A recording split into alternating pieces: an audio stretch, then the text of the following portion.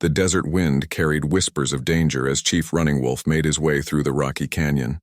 His weathered hands gripped the reins of his horse tightly, knowing that what he was about to do could destroy everything he had built for his people. The Navajo tribe had trusted him for 23 years, through countless battles and peaceful negotiations. Now, at 52, he was risking it all for love. The moon hung low in the Arizona sky, casting long shadows across the red rocks. Running Wolf had received the message 3 days ago, delivered by a young Apache boy who disappeared as quickly as he had appeared. The note was simple but carried the weight of mountains. "Meet me at the sacred springs. I need your help. Morning Star." Morning Star was not just any Apache woman. She was the daughter of Chief Thundercloud, the most feared Apache leader in the territory. For 2 years, their tribes had been locked in a bitter war over water rights and hunting grounds. Blood had been spilled on both sides. Families had been torn apart. The very mention of Apache names in Navajo camps brought anger and grief. But Running Wolf remembered a different time before the wars began. He remembered a young Apache girl who had saved his life when he was barely 18, lost and dying of thirst in the desert. She had found him collapsed near a dried riverbed, his lips cracked and his body burning with fever. Instead of leaving him to die or taking him prisoner, she had carried water to his lips and nursed him back to health in a hidden cave. That girl was Morning Star, though she was called Little Dove then. They had spent 5 days together in that cave, talking in whispered voices about their dreams, their fears, and their hopes for peace between their peoples. When he was strong enough to travel, she had shown him a secret path back to Navajo territory. They had promised to meet again, but the wars came, and years passed like sand through fingers. Now she needed him, and Running Wolf could not turn away. His own wife had died 3 winters ago from a fever that swept through their village. His 2 sons were grown men, leading hunting parties and preparing to take over leadership duties. He had given everything to his people, but his heart had remained empty since losing his beloved wife, and even emptier when he thought of the Apache girl who had saved his life so long ago. The sacred springs appeared before him, a small oasis hidden between towering red cliffs. The water bubbled up from deep underground, creating a pool that reflected the stars. It was a place both tribes considered holy, neutral ground, where warriors sometimes came to pray. Running Wolf dismounted and tied his horse to a gnarled juniper tree. He heard the soft sound of footsteps on sand before he saw her.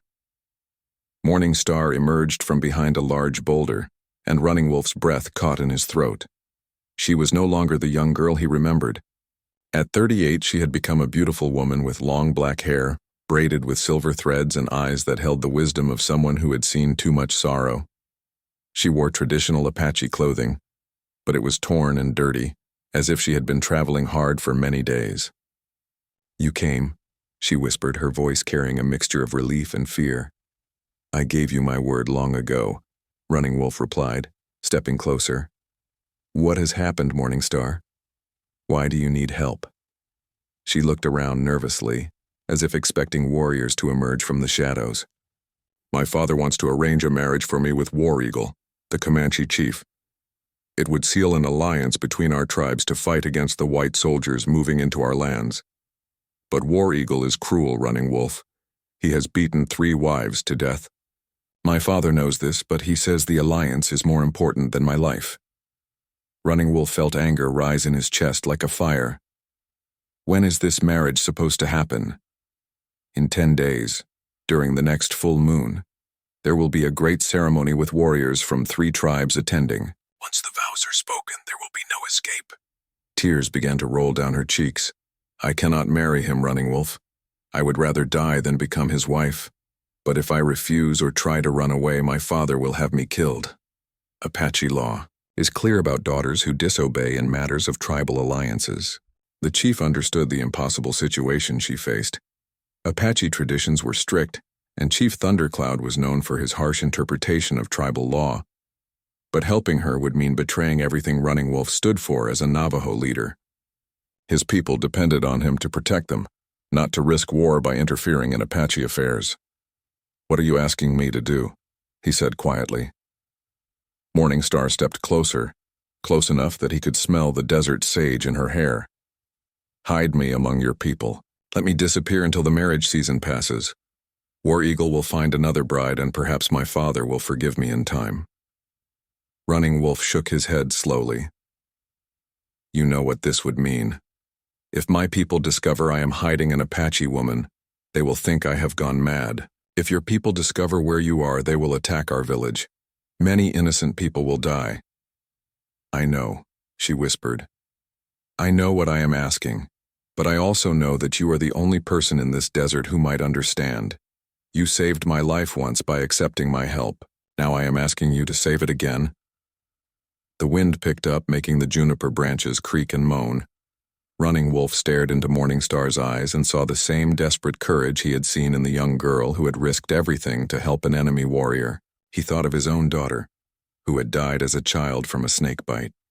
He thought of his wife, who had always told him that true strength came from protecting those who could not protect themselves. "If I agree to this," he said slowly, "you must understand that it cannot be permanent.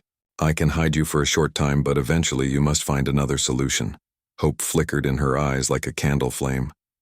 "I understand. Just until I can think of another way, or until War Eagle chooses someone else." Running Wolf nodded, knowing he was making a decision that would change everything. "There's an old trading post abandoned near the northern boundary of our territory. It has a hidden cellar where we used to store supplies during Apache raids. You can stay there. I will bring you food and water, but you must promise to stay hidden. If anyone sees you, we are both dead." Morningstar grabbed his hands, her fingers cold despite the warm night air. "Thank you," she breathed. "Thank you for giving me hope when I had none left."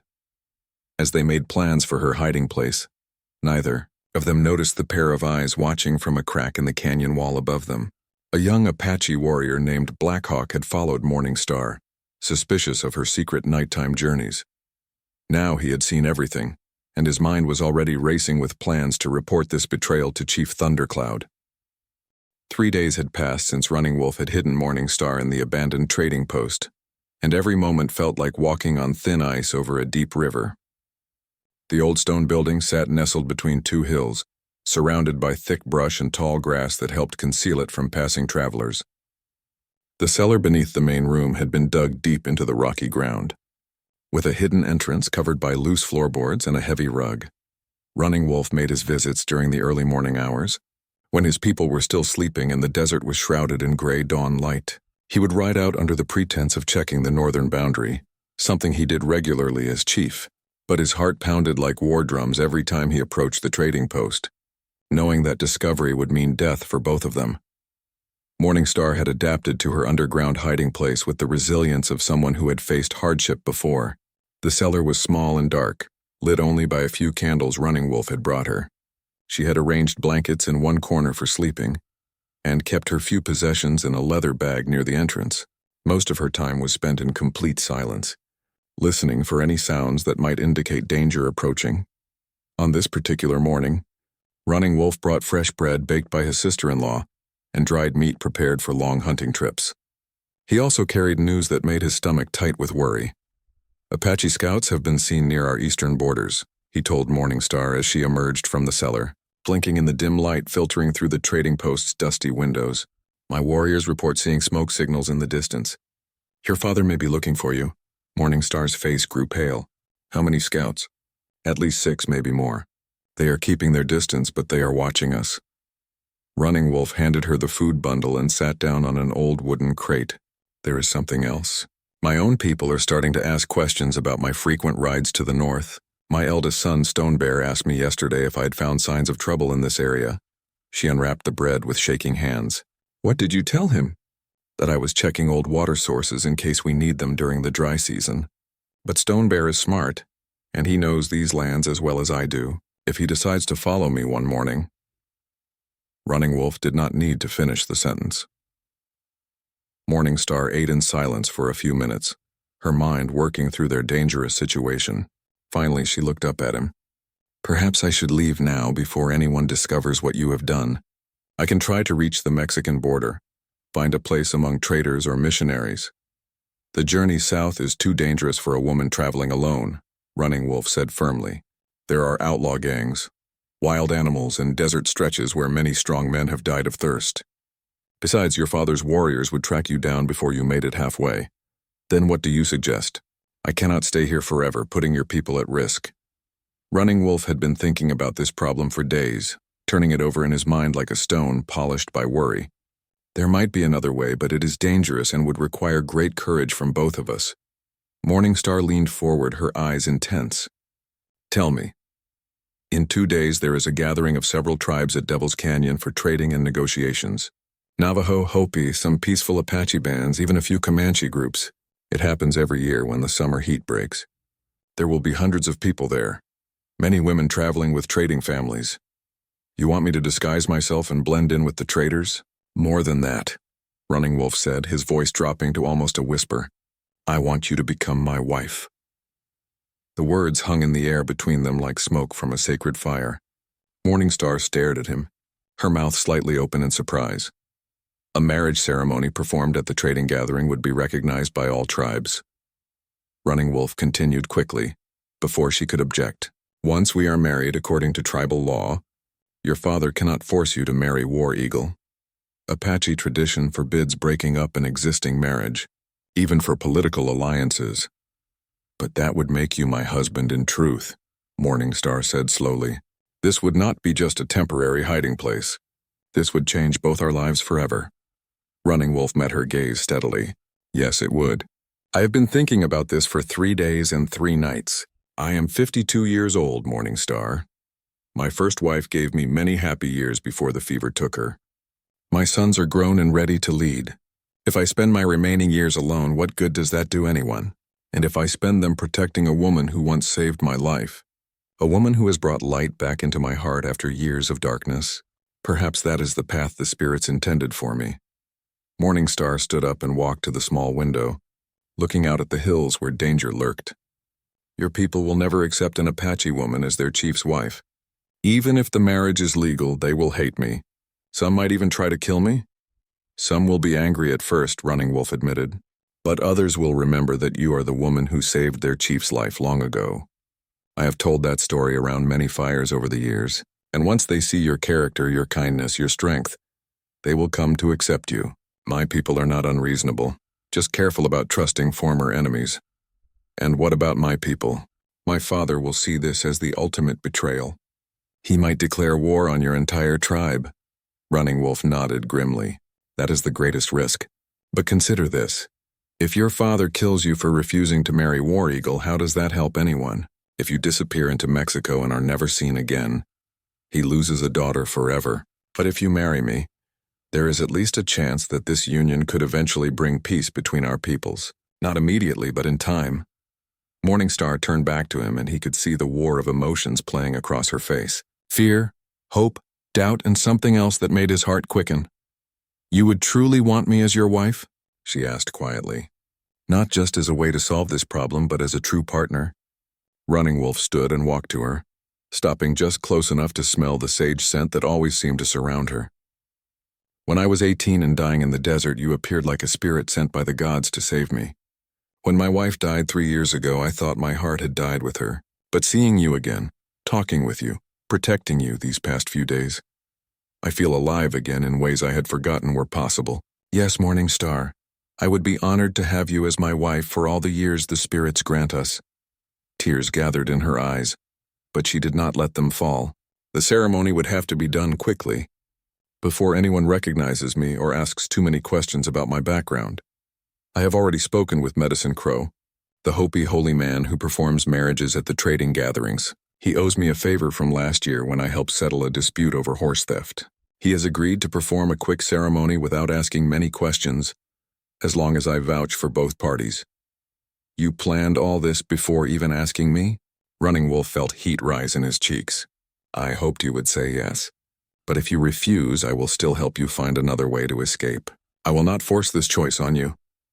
Morningstar was quiet for a long moment, her eyes searching his face as if looking for something hidden. Finally, she reached out and took his weathered hands in her smaller ones.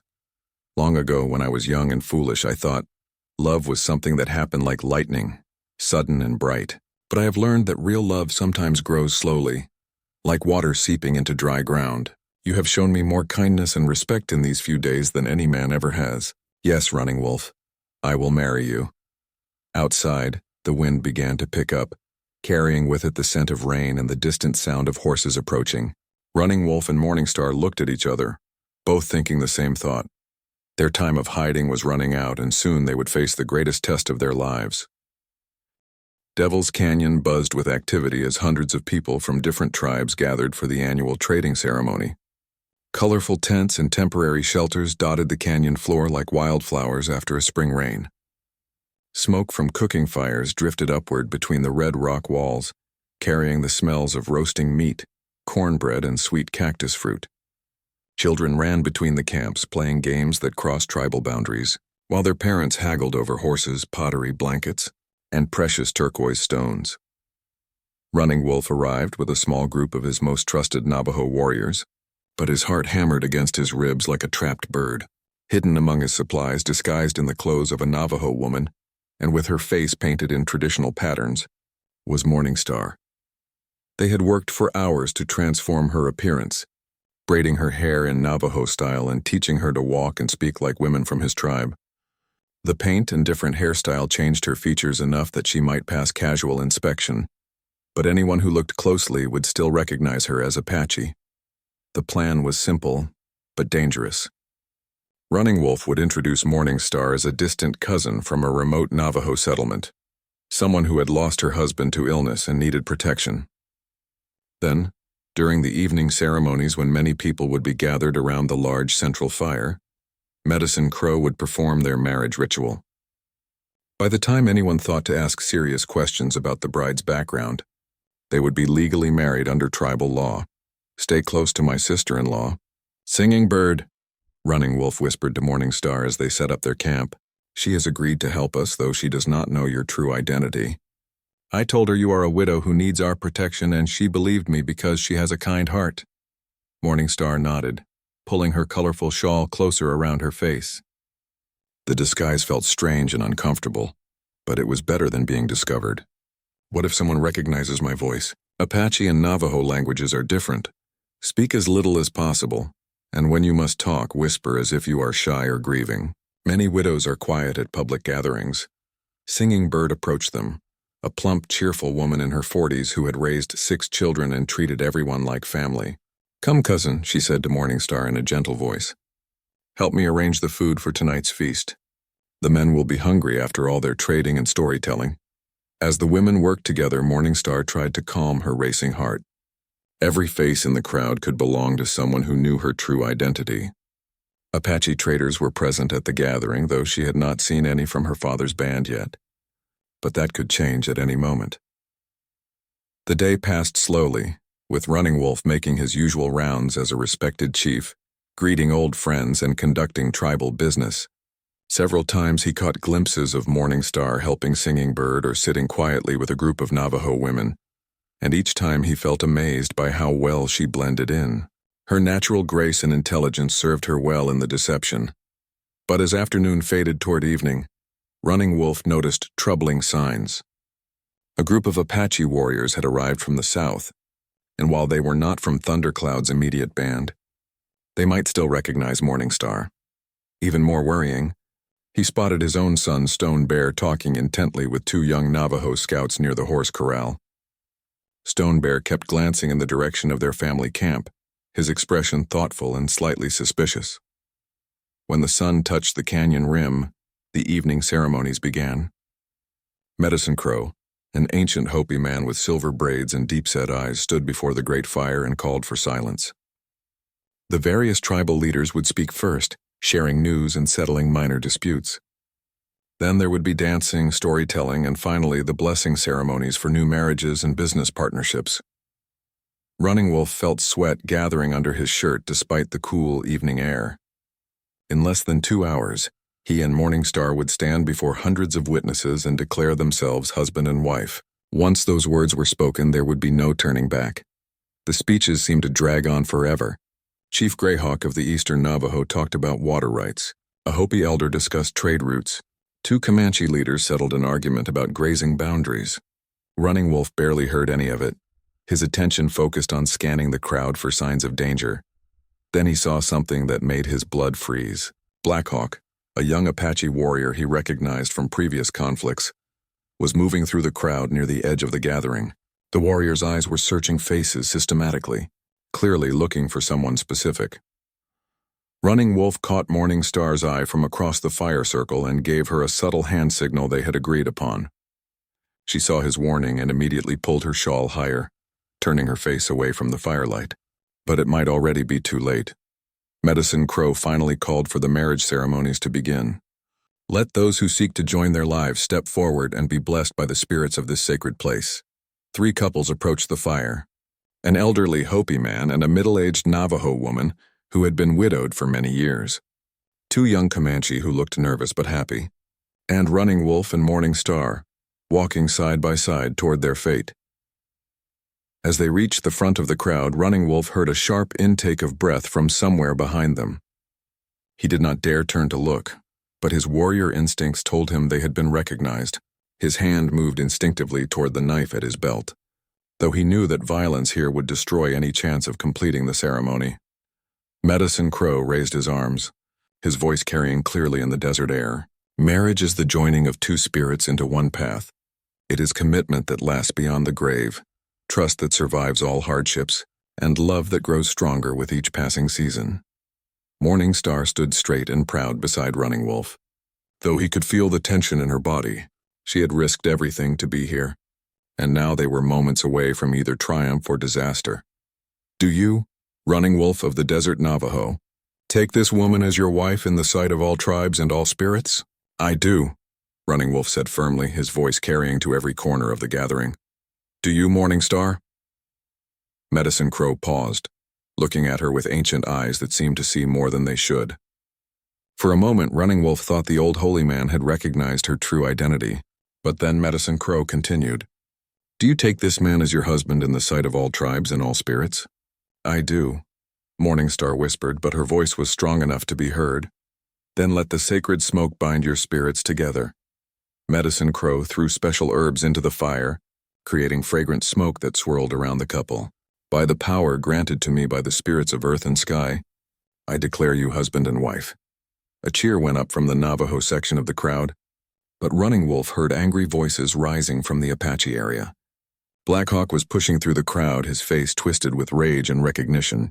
Behind him came several other Apache warriors, including some that Running Wolf recognized as members of Thundercloud's inner circle.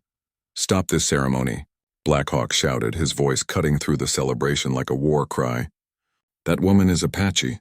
She is Morning Star, daughter of Chief Thundercloud, and she is promised to War Eagle of the Comanche. The crowd erupted in chaos. Some people scrambled away from the fire, sensing violence coming. Others pressed closer, eager to see what would happen. The various tribal leaders stood up, hands moving to their weapons, unsure whether this was a legitimate protest or the start of a fight. Medicine Crow raised his staff high, his ancient voice somehow rising above the noise. The ceremony is complete. The marriage has been blessed by the spirits. What is done cannot be undone. Blackhawk and his warriors were almost at the fire now, pushing through the crowd with their hands on their tomahawks. Running Wolf stepped in front of Morning Star, his own knife now visible in his hand.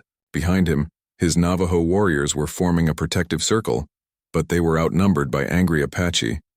You have stolen what belongs to our people, Blackhawk snarled, pointing his weapon at Running Wolf. She was promised to seal an alliance. You have dishonored both our chiefs and brought shame on her family name. Running Wolf stood his ground, though he could feel Morning Star trembling behind him. She is my wife now, blessed in the sight of all tribes. Apache law forbids breaking up a marriage once it has been properly witnessed. Apache law? Blackhawk laughed bitterly. You think Apache law protects a woman who betrays her people by marrying their enemy? Chief Thundercloud will have you both killed for this insult. The crowd had formed a wide circle around the confrontation, with tribal leaders trying to restore order and prevent bloodshed. But everyone knew they were balanced on the edge of a knife. One wrong move, one moment of lost temper, and the annual trading gathering would become a battlefield. Morning Star stepped out from behind her new husband, her chin raised defiantly. I am no longer just Apache or just Navajo. I am a woman who chose her own path, and I will live with the consequences. But the marriage is legal and cannot be undone. If my father wants to kill me for choosing love over political alliance, then let him come and try." The canyon fell silent except for the crackling of the fire and the D.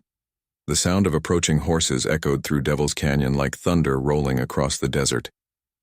Chief Thundercloud arrived with 40 of his fiercest warriors. There, war paint gleaming in the firelight and their weapons ready for battle. The Apache chief's face was a mask of fury as he dismounted, his eyes immediately finding his daughter standing beside Running Wolf near the sacred fire. Thundercloud was a man who commanded respect, through fear. At 60 years old, he had survived countless battles and political struggles by being ruthless and unforgiving. His long gray hair was braided with eagle feathers earned in combat, and scars crisscrossed his arms from decades of warfare. When he spoke, his voice carried the authority of someone accustomed to absolute obedience. "Daughter," he said, the single word heavy with disappointment and rage, "you have brought shame upon our family name, and dishonored the alliance that would have protected our people from the white soldiers advancing from the east." Morning Star stood straight, despite the fear running through her veins like ice water. "Father, I have chosen my own path. The marriage is complete and blessed by the spirits. Even Apache law recognizes the sacred bond between husband and wife." "Apache law?" Thundercloud's laugh was harsh as winter wind. "You think Apache law protects a traitor who runs to our enemies in the night? You think it protects a daughter who destroys tribal alliances for her own selfish desires?" The crowd of traders and tribal leaders watched in tense silence. Everyone understood that they were witnessing something that could spark a war between the Apache and Navajo peoples. Some families quietly began gathering their belongings, preparing to leave the canyon if violence erupted. Running Wolf stepped forward, his hand resting on his knife handle but not drawing the weapon. "Chief Thundercloud, I respect you as a leader and a father. But your daughter came to me seeking protection from a marriage that would have meant her death. War Eagle has killed 3 wives already. Would you truly sacrifice your daughter's life for a political alliance?" Thundercloud's eyes blazed with anger. War Eagle's previous wives died because they failed in their duties. Morning Star is strong and would have survived where others were weak. The alliance with the Comanche would have given our people the strength to resist the white man's invasion.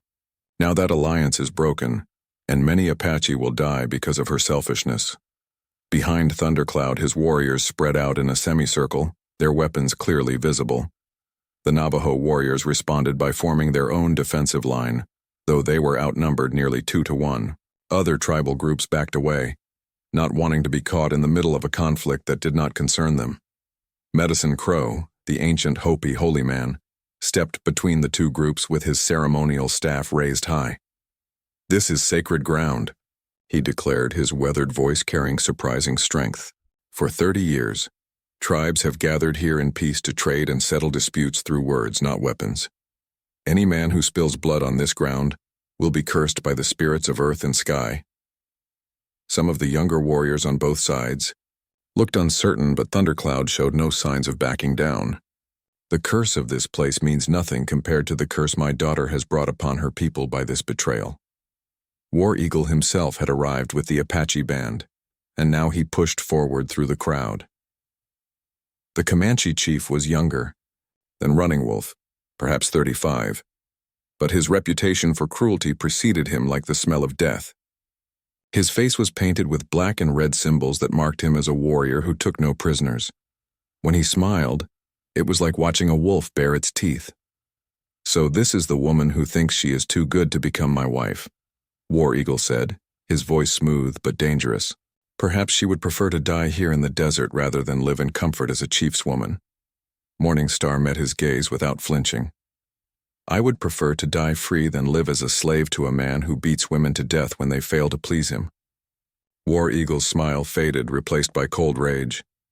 "You know nothing about being a wife, Apache girl. I would have taught you respect and obedience. Now you will learn these lessons in much harder ways." Running Wolf moved protectively in front of his new wife. "She is under my protection now. Any man who threatens her threatens me and all my people." "Your people?" Thundercloud snarled. "Look around you, Navajo dog. You are outnumbered and far from your home territory.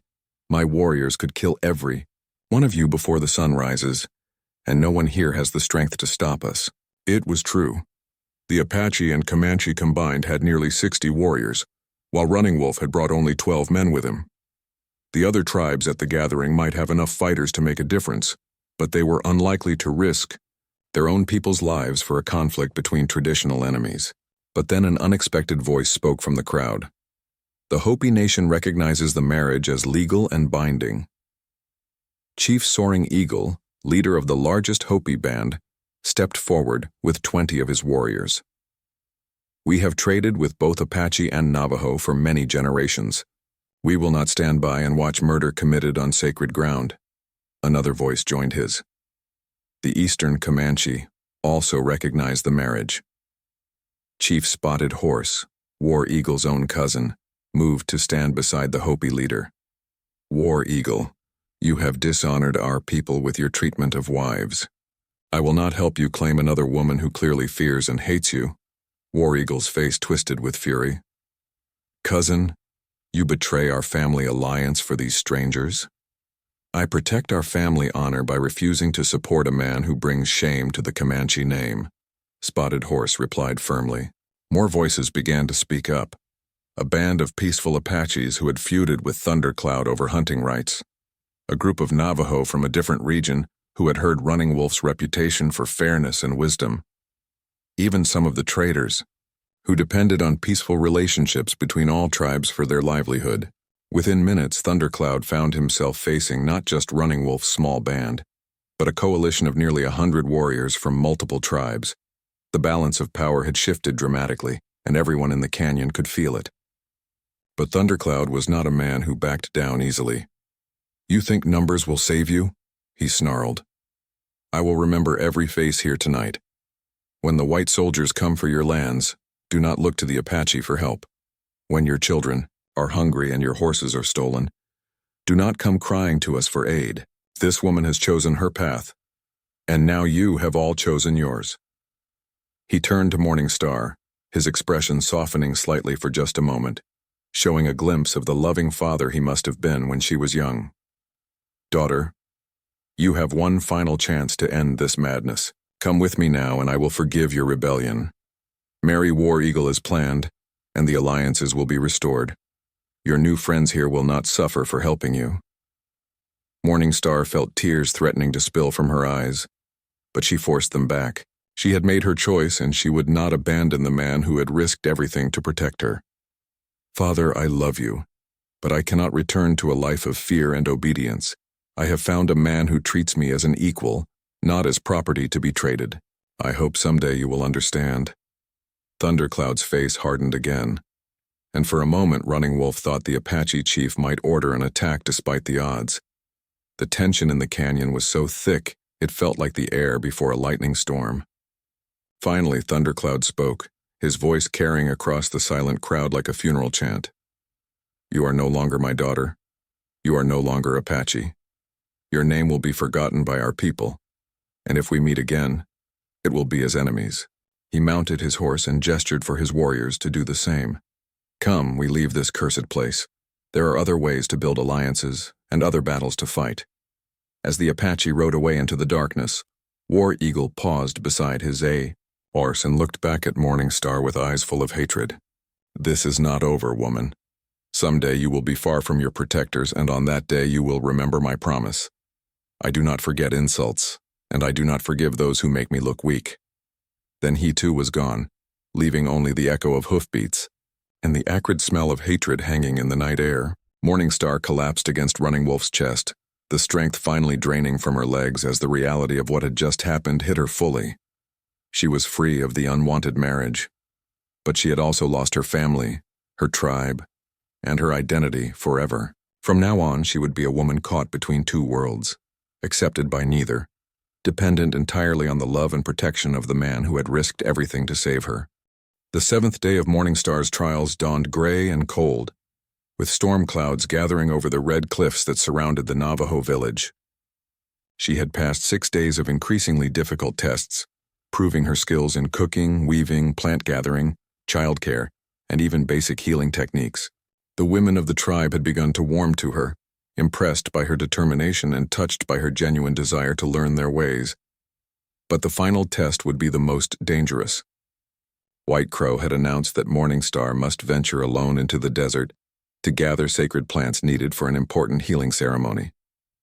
It was a task that required not only knowledge of the harsh landscape, but also courage to face the dangers that lurked in the wilderness.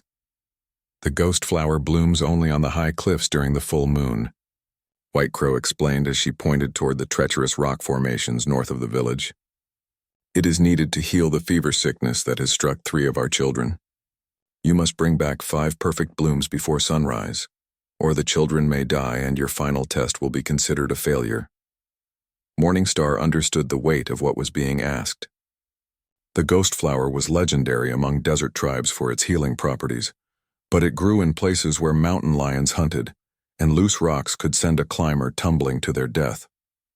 Many experienced warriors refused to attempt such a dangerous gathering mission. "I will not fail," she said simply, accepting the leather gathering bag and the special knife used for cutting sacred plants. As she prepared for the journey, Running Wolf pulled her aside with worry etched deeply in his weathered face. "This test is too dangerous," he whispered urgently. "White Crow is pushing too hard, asking you to risk your life to prove something that should not need proving." "She is protecting her people," Morningstar replied, checking her water containers and tying her hair back securely. "If I were in her place, I would do the same thing. The children need the medicine, and the tribe needs to know they can trust me completely. Let me send warriors with you, at least to watch from a distance." Morningstar shook her head firmly. "That would invalidate the test. I must do this alone, or it means nothing." As she left the village in the fading afternoon light, Morningstar could feel dozens of eyes watching her departure. Some faces showed concern, others curiosity, and a few still held the cold suspicion that had greeted her arrival. But the face that worried her most belonged to Stone Bear, who stood with a group of young warriors near the horse corral. His expression suggested a man waiting for something specific to happen. The climb up the cliff face took longer than expected. The rocks were loose and treacherous, made worse by the approaching storm that sent gusts of wind trying to tear her from her handholds. By the time she reached the high ledges where the ghost flowers grew, full darkness had fallen, and the moon was beginning to rise through the gathering clouds.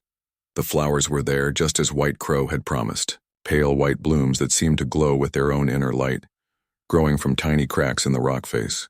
But reaching them required crawling out onto narrow ledges with 100-foot drops below, using only moonlight to see where to place her hands and feet.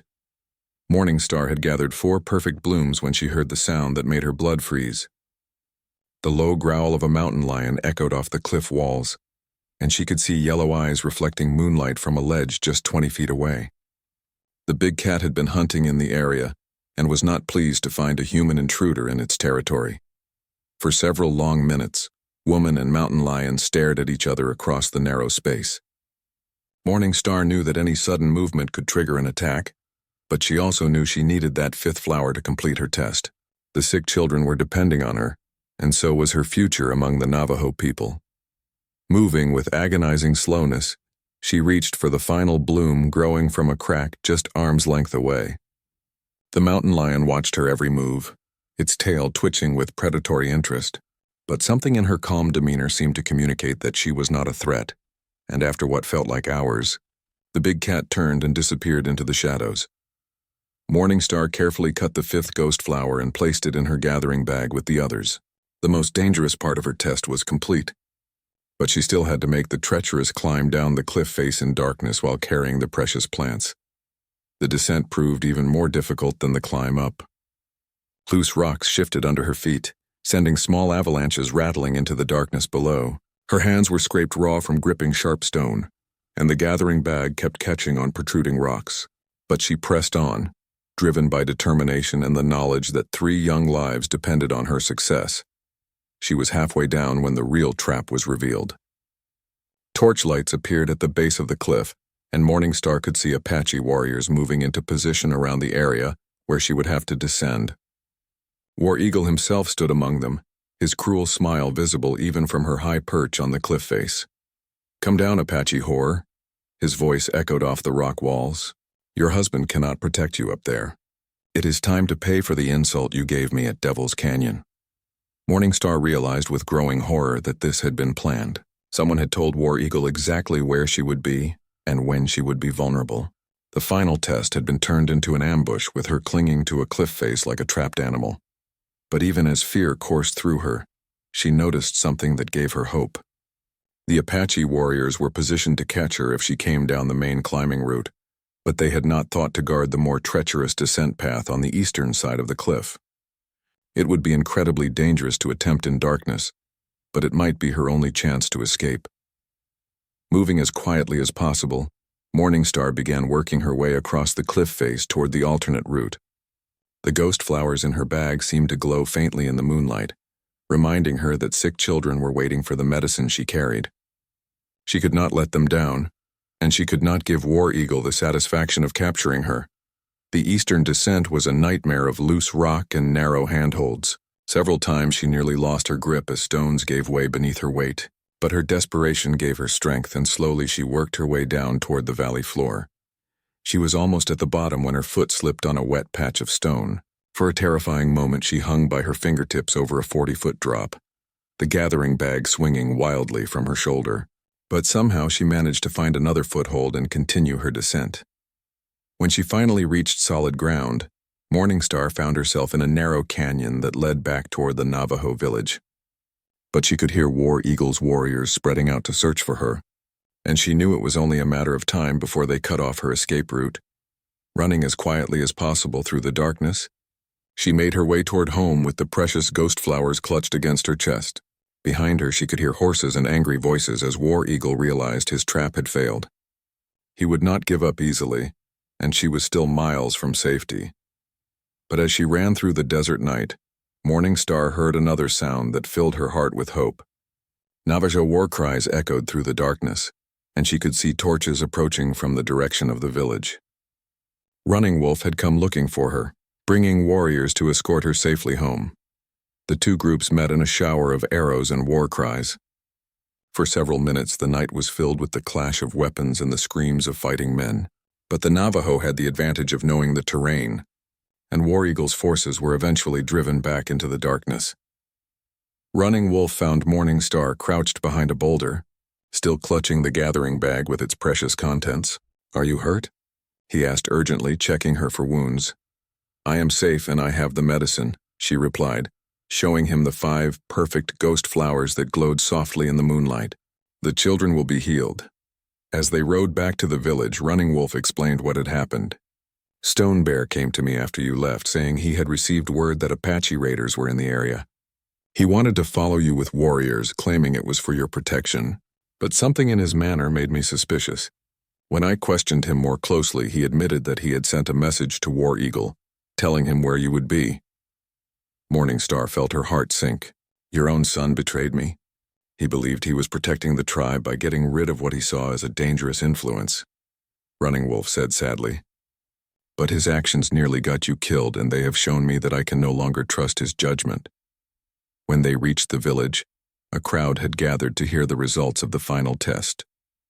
White Crow examined the 5 ghost flowers carefully, nodding with approval at their perfect condition. "You have passed all 7 tests," she announced. "You are now a full member of our tribe, with all the rights and protections that brings." But even as the crowd celebrated, Stone Bear stood apart with his supporters, his face dark with anger and frustration. Morningstar knew that her trials were not truly over. She had won acceptance from most of the Navajo people, but she had made a deadly enemy of her husband's own son. As the ghost flower medicine was prepared for the sick, the journey back to the Navajo village took 3 days through difficult mountain terrain, and every mile felt like a test of Morningstar's resolve. She rode beside Running Wolf on a gentle mare he had given her, but she could feel the suspicious glances from his warriors and hear their whispered conversations when they thought she was not listening. These men had followed their chief into danger to protect her, but that did not mean they trusted her or wanted her among their people. Stone Bear, Running Wolf's eldest son, rode at the front of the group with his jaw set in a hard line. He had not spoken a single word to his new stepmother since the ceremony, and his disapproval radiated from him like heat from a fire. At 28, Stone Bear was being prepared to take over leadership of the tribe someday. and he clearly saw his father's marriage as a dangerous mistake that could bring war to their people. When they finally reached the Navajo settlement, Morningstar felt her heart sink at the reception waiting for them. Word of the marriage had traveled fast, carried by traders who had left Devil's Canyon early. The entire village had gathered to see their chief return with his Apache bride, and the expressions on their faces ranged from curiosity to open hostility. The Navajo village was beautiful, nestled in a valley between red rock cliffs with a clear stream running through the center. Traditional hogans made of logs and earth sat alongside more modern adobe houses, while sheep and horses grazed in fenced areas near the settlement. Under different circumstances, Morningstar would have admired the peaceful scene and the obvious prosperity of Running Wolf's people. But now she saw it as a place where she would always be an outsider. White Crow, the village medicine woman and Running Wolf's aunt, stepped forward from the crowd. She was a small elderly woman with silver hair and eyes that missed nothing. Her voice carried the authority of someone who had delivered half the babies in the village and helped bury most of their grandparents. "Nephew," she said formally, "you have brought a stranger into our midst without consulting the tribal council. This woman's people have killed our warriors and stolen our horses for many seasons. How can we welcome her into our homes?" Running Wolf dismounted and helped Morningstar down from her horse, keeping his hand on her arm in a gesture of support. "Aunt, this woman saved my life when I was young. She has left her people and her family to become my wife. She deserves our protection and our respect. She deserves nothing until she proves herself worthy of it," Stone Bear said harshly, speaking for the first time since leaving Devil's Canyon. "Father, your feelings for this woman have blinded you to the danger she brings. Apache scouts could be following her, planning to attack us when we are unprepared." Murmurs of agreement rippled through the crowd. Several families began backing away, pulling their children closer. Morningstar understood their fear, even though it hurt to see it directed at her. These people had lost loved ones to Apache raids over the years, and now they were being asked to trust one of their former enemies. "I know you have no reason to trust me," Morningstar said, her voice carrying clearly in the evening air. "I know my people and yours have spilled each other's blood for many years, but I have chosen to leave that life behind. I want only to live in peace and be a good wife to your chief." "Pretty words," called out Grey Wolf, an older warrior with scars from many battles.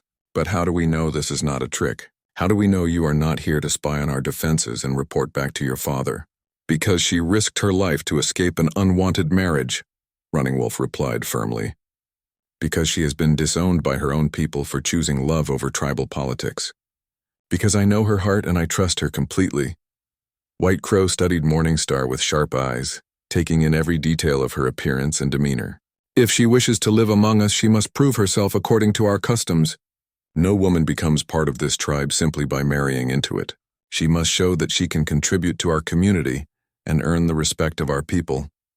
"What kind of proof do you require?" Morningstar asked, though she was not sure she wanted to hear the answer. "There will be tests," White Crow announced. "Tests of skill, courage, and loyalty. If you pass them, you will be welcomed as a full member of our tribe. If you fail, you will be asked to leave, marriage or no marriage." The crowd stirred with interest. This was not unusual in Navajo culture, though it was typically applied to young people coming of age rather than adult women joining through marriage. But Morningstar's situation was far from typical. "The first test will begin tomorrow at sunrise," White Crow continued. "You will work with our women for 7 days, learning our ways and showing your willingness to contribute to our community. You will help with cooking, weaving, caring for children, and gathering plants for medicine. If the women find your efforts satisfactory, you will move to the second test." "And if they do not find my efforts satisfactory?" Morningstar asked. White Crow's expression was unreadable. "Then your marriage will be dissolved, and you will be given supplies and a horse to find your way in the world. We will not harm you, but neither will we shelter you." That night, Running Wolf and Morningstar sat outside their new home, a sturdy adobe house that had belonged to the chief's family for many years. The building felt strange and foreign to Morningstar, who had spent her life in traditional Apache wickiups that could be easily moved when the tribe traveled. But she was determined to make it feel like home. "The women will test you harshly," Running Wolf warned her quietly. "Some of them lost sons and husbands to Apache raids. They will be looking for any excuse to reject you." "I understand," Morningstar replied. "I would feel the same way if the situation were reversed." But I am not afraid of hard work, and I am not afraid of proving myself. Running Wolf took her hand in his, surprised by how natural the gesture felt. Their marriage had begun as a practical solution to a desperate problem. But already he found himself genuinely caring for this brave woman who had sacrificed everything for freedom.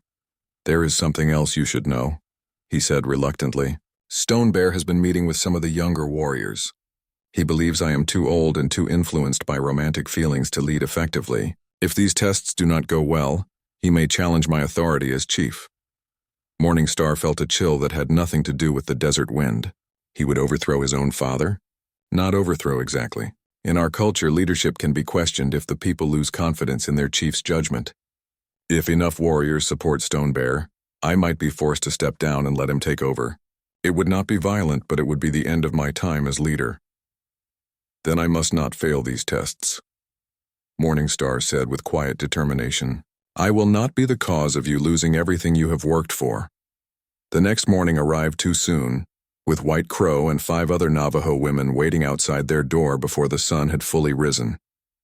The women's faces were stern but not unkind, and Morningstar could see that they were prepared to give her a fair chance to prove herself. "Come," White Crow said simply. "Your education begins now."